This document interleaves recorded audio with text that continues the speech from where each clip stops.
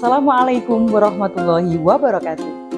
Jumpa lagi dengan saya, Sri Suryani, calon guru penggerak angkatan 9 dari SD Negeri 2 Gelanggang, Kecamatan Pakisaji, Kabupaten Malang. Kali ini, saya akan melakukan wawancara dengan kepala sekolah sebagai tugas dari modul 3.1, pengambilan keputusan berbasis nilai-nilai kebajikan sebagai pemimpin. Selamat menyaksikan.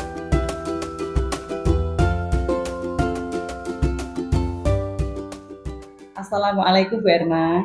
Waalaikumsalam. Bagaimana kabarnya hari ini? Alhamdulillah sehat. Ya, Bu Erna, saya ucapkan terima kasih karena sudah diberi kesempatan untuk melakukan wawancara sebagai tugas saya sebagai calon guru penggerak. Ya. Yang saya pelajari saat ini yaitu modul 1.3 pengambilan keputusan berbasis nilai-nilai kebajikan sebagai pemimpin. Di sini saya akan memberikan beberapa pertanyaan terkait pengambilan keputusan yang berbasis nilai-nilai kebajikan yang selama ini Bu Erna terapkan di sekolah yang pernah Bu Erna pimpin. Ya, Bu Erna, bagaimana Ibu mengidentifikasi kasus-kasus yang merupakan dilema etika atau bujukan moral? Baik ya. Jadi Bu Cica untuk mengidentifikasi kasus-kasus yang merupakan dilema etika atau bujukan moral.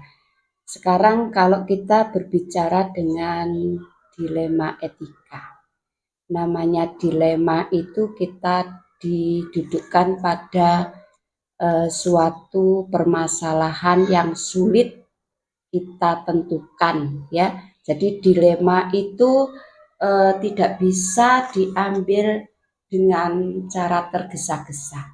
Harus dipikirkan karena apa? Karena dilema etika itu keduanya sama-sama baik, sama-sama bagus.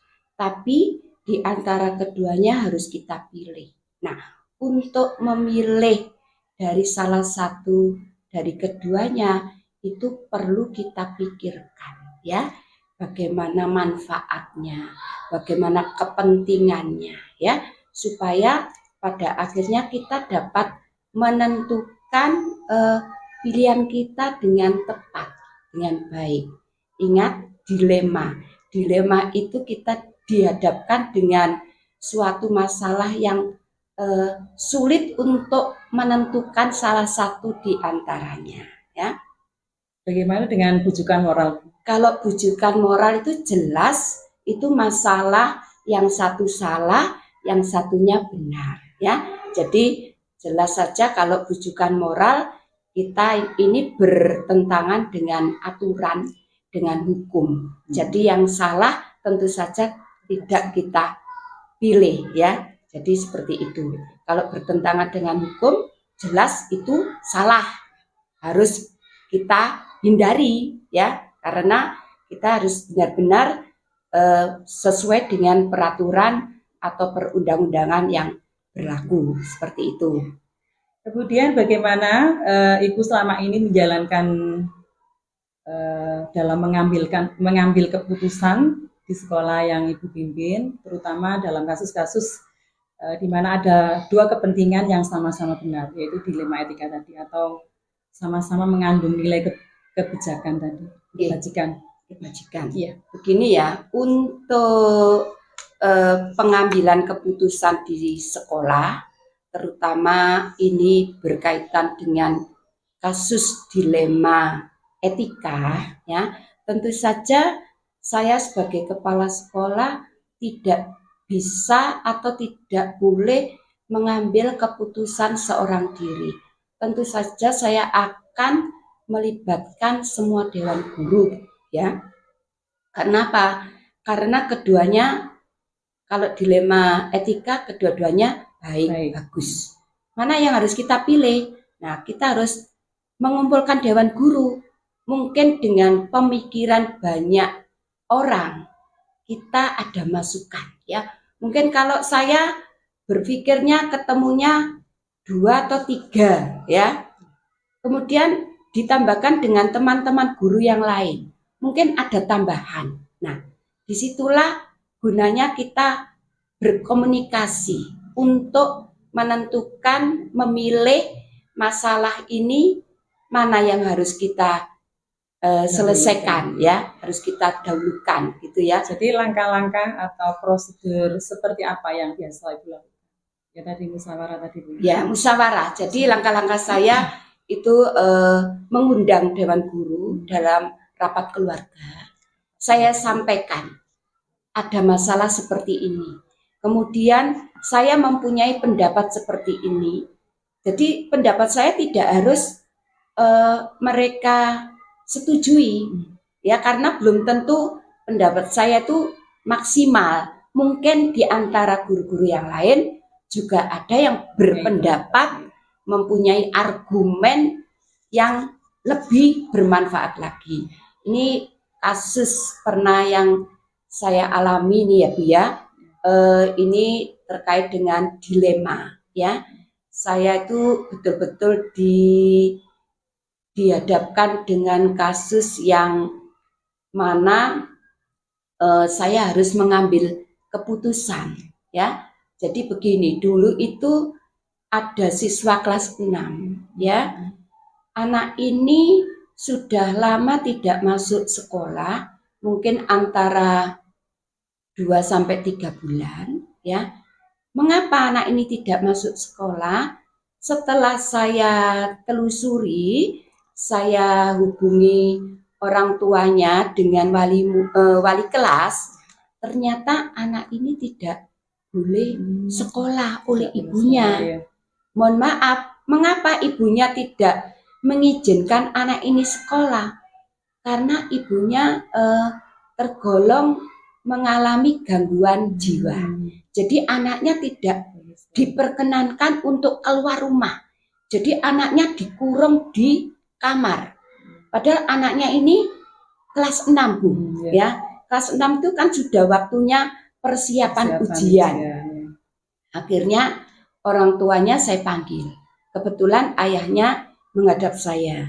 Saya sampaikan bahwa anak ini kasihan Pak. Kalau tidak sekolah, kalau tidak melanjutkan sampai tuntas, sampai mendapatkan ijazah.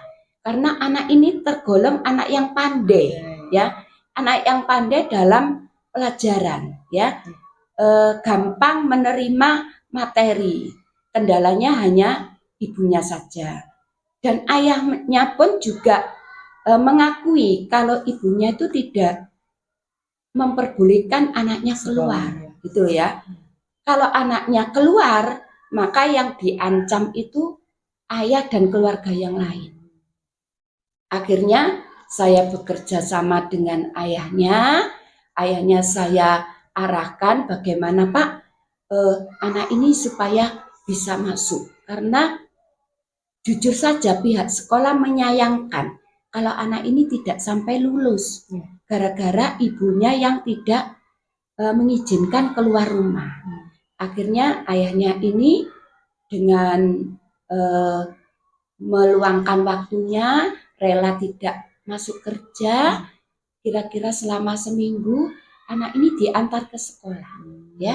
Anak ini diantar ke sekolah, kemudian ditunggui di depan pintu gerbang sekolah supaya ibunya ini tidak datang ke sekolah mengambil anaknya. Karena apa? Karena ibunya ini betul-betul dalam keadaan stres.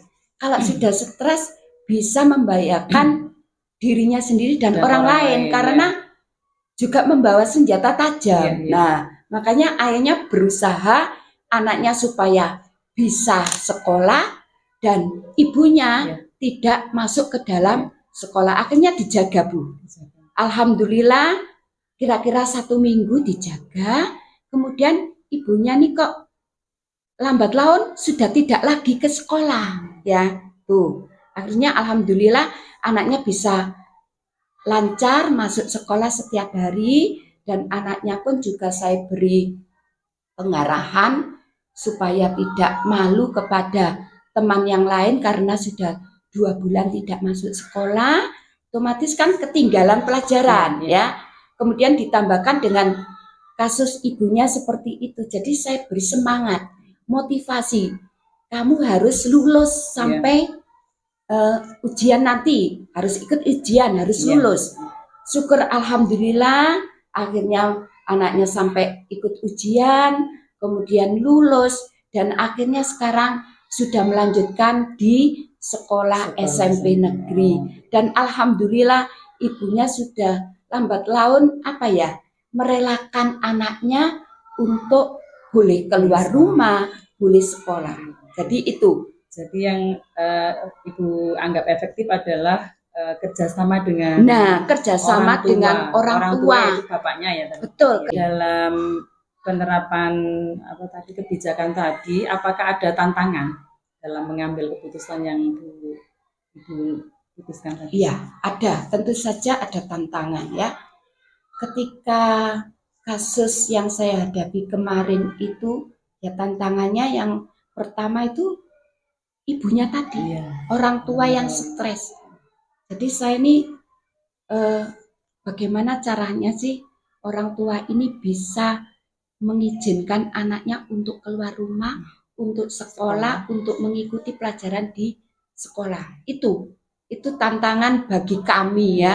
Karena apa? Karena menghadapi orang stres itu kita juga takut Bu ya. Takut. Ya di satu sisi kami itu ngeman, istilahnya ngeman anaknya karena tidak sekolah, takutnya kalau putus sekolah ya, karena waktu itu kan kelas 6 tinggal katakanlah 6 atau 7 bulan ya, sedangkan orang tuanya seperti itu. Yaitu tantangan saya bagaimana bisa meluluhkan hati orang tua supaya anaknya bisa ke sekolah. Itu tantangan terberat kemarin. Syukur alhamdulillah dengan kerjasama orang tua dan beberapa guru, akhirnya anak tersebut bisa sekolah dan sampai lulus. Begitu.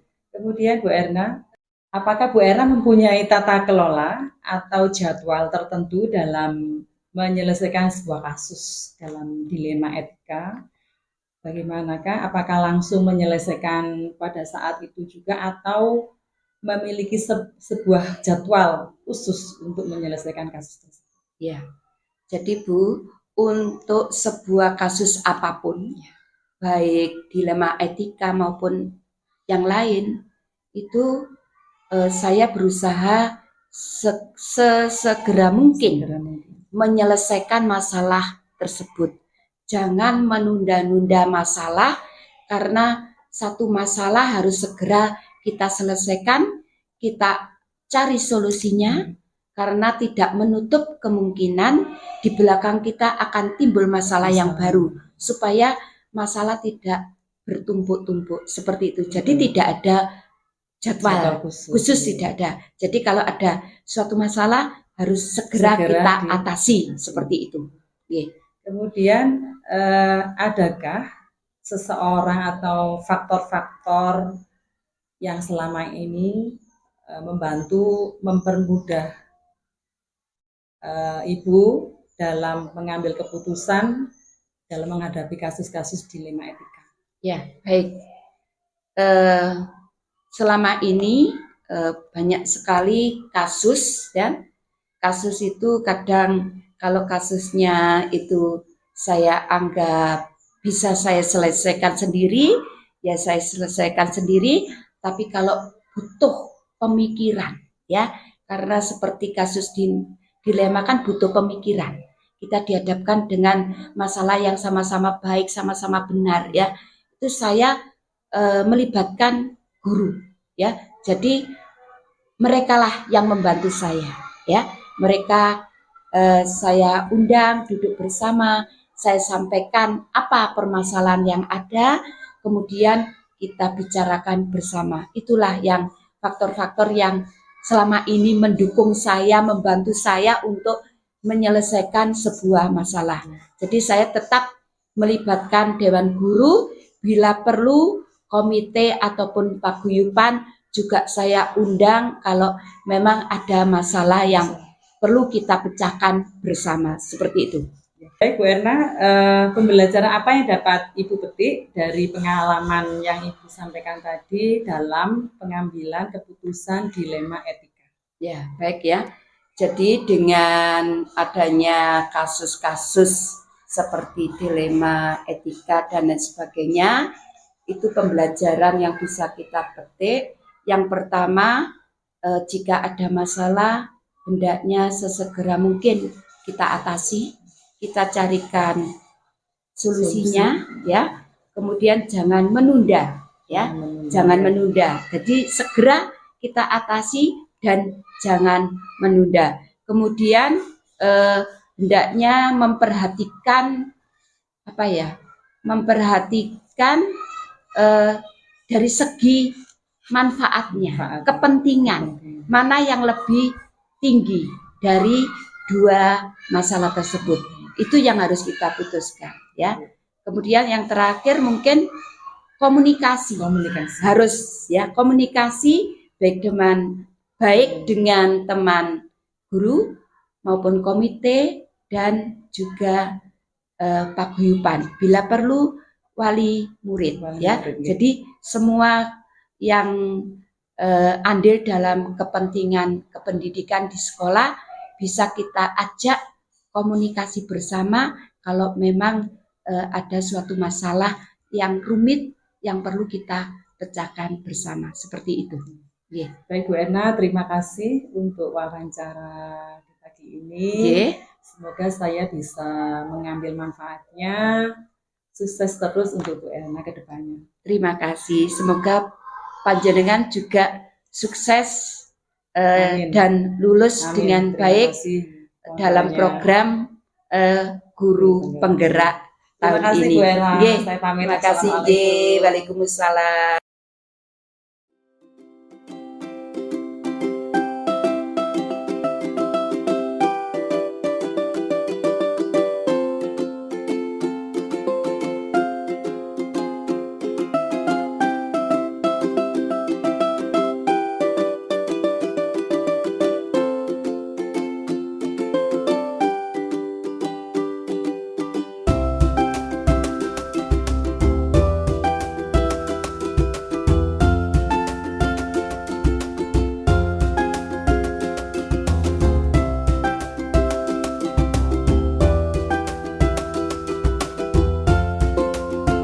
Demikian kegiatan wawancara yang telah saya lakukan. Semoga bermanfaat. Wassalamualaikum warahmatullahi wabarakatuh.